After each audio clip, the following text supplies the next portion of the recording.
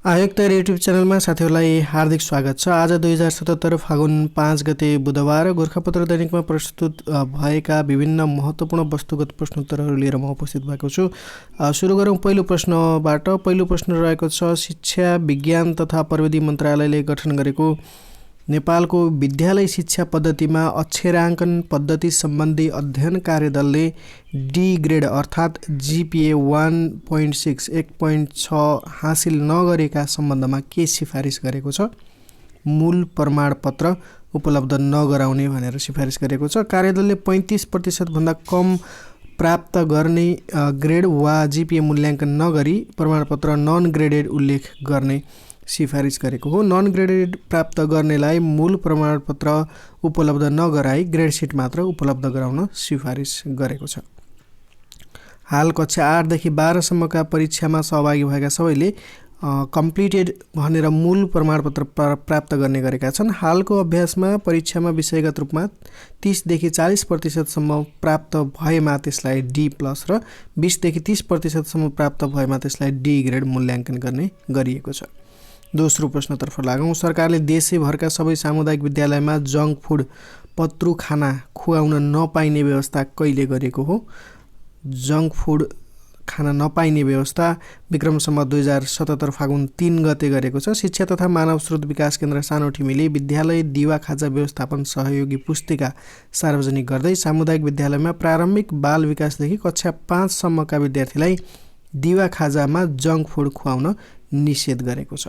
यो 2077 फागुन 3 गतेदेखि यो व्यवस्था लागू भएको हो। स्थानीय स्तरमा उत्पादन हुने खानेकुरालाई नै प्राथमिकतामा राख्दै विभिन्न 60 प्रकारका मेनु तयार पारेर उक्त पुस्तिका सार्वजनिक गरिएको छ। सरकारले विद्यार्थीलाई दिवा खाजाका लागि 7 अर्ब 72 करोड 93 लाख 30 हजार विद्यालयलाई प्रदान गरेको छ भने सो अन्तर्गत देशभरिका 29 लाख 40 हजार 789 विद्यार्थीलाई विद्यालयमा दैनिक खाजामा निःशुल्क उपलब्ध गराउँदै आइएको छ। सरकारले कर्णालीमा प्रति विद्यार्थी दैनिक 20 रुपियाँ र अन्य क्षेत्रमा 15 का दरले दिवा खाजा रकम उपलब्ध गराउँदै आएको छ। तेस्रो प्रश्न, चीनले आफ्नो राष्ट्रिय सेनालाई आधुनिक उच्च प्रविधियुक्त बनाउने गरी राष्ट्रिय प्रतिरक्षा योजना कहिले सार्वजनिक गरेको हो? सही उत्तर रहेको छ सन् 2019 जुलाई 14 यसको सही उत्तर रहेको छ। प्रतिरक्षा योजना सन् 2012 यता पहिलो पटक सार्वजनिक गरिएको हो। विश्वमा सबैभन्दा बढी सैनिक रहेको चीन प्रतिरक्षामा सबैभन्दा बढी खर्च गर्ने मुलुकको सूचीमा विश्वमै दोस्रो स्थानमा पर्ने गर्छ। यो सूचीमा अमेरिका पहिलो स्थानमा छ। चौथो प्रश्न, वर्तमान संविधानले कुन धारामा उच्च अदालत सम्बन्धी व्यवस्था गरेको छ? सही उत्तर हो धारा 139। प्रत्येक प्रदेशमा एक उच्च अदालत रहनेछ। उच्च अदालतले आफ्नो र आफ्ना मातहतका अदालत वा न्यायिक निकायबाट हुने न्याय सम्पादनको कार्यमा कसैले अवरोध गरेमा वा आदेश वा फैसलाको अवज्ञा गरेमा सङ्घीय कानुन बमोजिम अवहेलनामा कारबाही चलाई सजाय गर्न सक्ने व्यवस्था गरिएको छ। प्रत्येक उच्च अदालतमा मुख्य न्यायाधीशका अतिरिक्त सङ्घीय कानुनमा व्यवस्था भए बमोजिमको सङ्ख्यामा न्यायाधीशहरू रहने व्यवस्था छ। पाँचौँ प्रश्न, सबैका लागि न्याय सुनिश्चित गर्ने मूल लक्ष्यसहित न्यायपालिकाको चौथो रणनीतिक योजना कहिलेदेखि लागू भएको हो? 2076 साउन 1 यसको सही उत्तर रहेको छ। 2061 देखि सुरु भएको योजनाबद्ध न्यायालय सुधार अभियान अन्तर्गत चौथो पञ्चवर्षीय रणनीतिक योजना लागू भएको हो। प्रधान न्यायाधीश चोलेन्द्र शमशेर जबराद्वारा 2076 असार 31 सो योजना सार्वजनिक गरिएको हो। योजना 2081 असार मसान्तसम्म कार्यान्वयनमा रहनेछ। नेपालको कुन सङ्ग्रहालयमा चन्द्र चट्टान सङ्ग्रह गरिएको छ? उसको सही उत्तर हो छाउनी स्थित राष्ट्रिय सङ्ग्रहालय। सन् 1969 जुलाई 20 पहिलो पटक चन्द्रमामा पुगेका अमेरिकी अन्तरिक्ष यात्रीले ल्याएका चन्द्र चट्टान मध्ये केही टुक्रा नेपालमा पनि ल्याइएको छ र ती टुक्रा राष्ट्रिय सङ्ग्रहालयमा सङ्ग्रह गरिएको छ।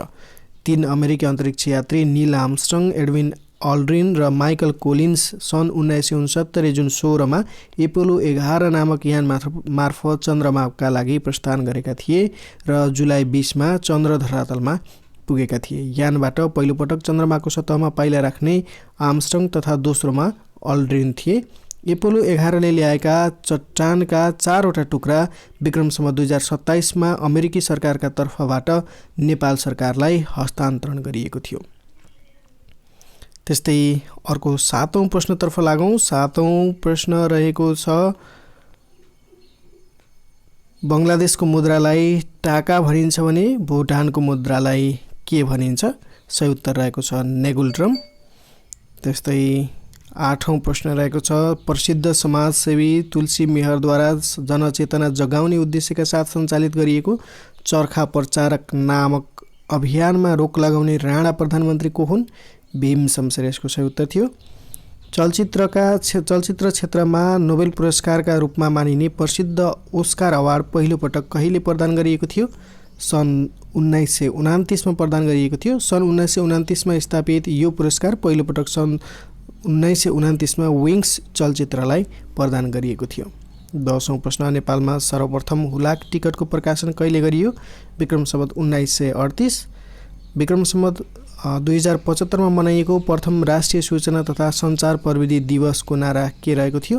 सूचना तथा सञ्चार प्रविधिको विस्तार, सुशासन र समृद्धिको आधार भनेर नारा तय गरिएको थियो। पहिलो राष्ट्रिय सूचना तथा सञ्चार प्रविधि दिवसको नारा थियो त्यो। 12औं प्रश्न राष्ट्रिय महिला आयोगद्वारा निःशुल्क हेल्पलाइन सेवा खबर गरौँ 11:45 कहिलेदेखि सञ्चालन गरिएको हो? 2074 मङ्सिर 25 यसको सही उत्तर रहेको छ। राणाकालीन समयमा नेपालमा कतिजना प्रधानमन्त्री भएका थिए? सही उत्तर हो 10 जना। नेपाल विद्युत प्राधिकरणले अनलाइन प्रणालीबाट विद्युत महसुल तिर्न सक्ने व्यवस्था कहिलेदेखि गरेको हो? 2074 भदौ 5 यसको सही उत्तर छ। त्यस्तै आन्तरिक राजस्व विभागले केन्द्रीय बीजक प्रणालीको सुरुवात कहिलेदेखि गरेको हो? 2074 मङ्सिर 1 यसको सही उत्तर हो। त्यस्तै काठमाडौँ उपत्यकाको वायु प्रदूषण नियन्त्रणका लागि द्रुत कार्यान्वयन टोली क्विक एक्सन टिमको गठन कहिले गरिएको हो? 2074 मङ्सिर 1। पाटनको सुन्दरी चोक सर्वसाधारणका लागि कहिलेदेखि खुला गरिएको हो? 2074 कार्तिक 12 यसको सही उत्तर रहेको छ। त्यस्तै राष्ट्र बैङ्कको अनुमति बिना वित्तीय संस्थाले विदेशी निकायको पुरस्कार वा सम्मान ग्रहण गर्न नपाउने व्यवस्था कहिलेदेखि लागू भएको हो?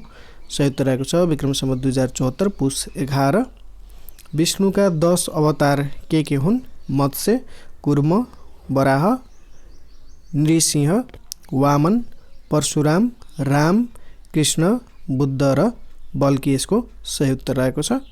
त्यस्तै सुस्वास्थ्य उत्कृष्ट उपहार हो भने सन्तुष्टि उत्कृष्ट सम्पत्ति हो भन्ने विचारक को हुन्?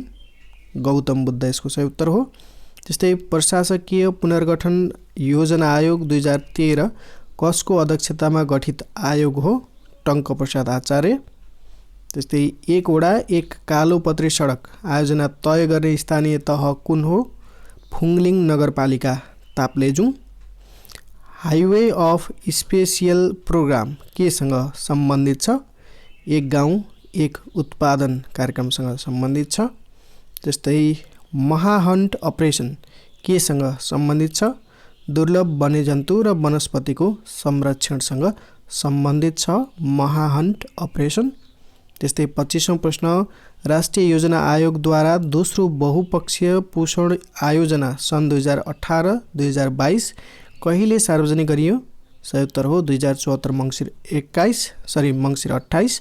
पहिलो बहुपक्षीय पोषण योजना 2013 देखि 2017 सम्म कार्यान्वयन भएको थियो। सो पोषण आयोजना अनुसार सन् 2022 सम्ममा कुपोषणलाई 24% मा झार्ने, 5 वर्ष मुनिको पुड्कोपन 3% बाट 20% मा झार्ने, 3% 30% बाट 20% मा झार्ने, कम तौल भएका बालबालिकाको अनुपात 27% बाट 12% मा झार्ने लक्ष्य रहेको छ। त्यस्तै 26औं प्रश्न मनमोहक विचित्र गुफा कहाँ रहेको छ? गुल्मी यसको सही उत्तर रहेको छ। गुफा करिब 185 मिटर लामो रहेको छ।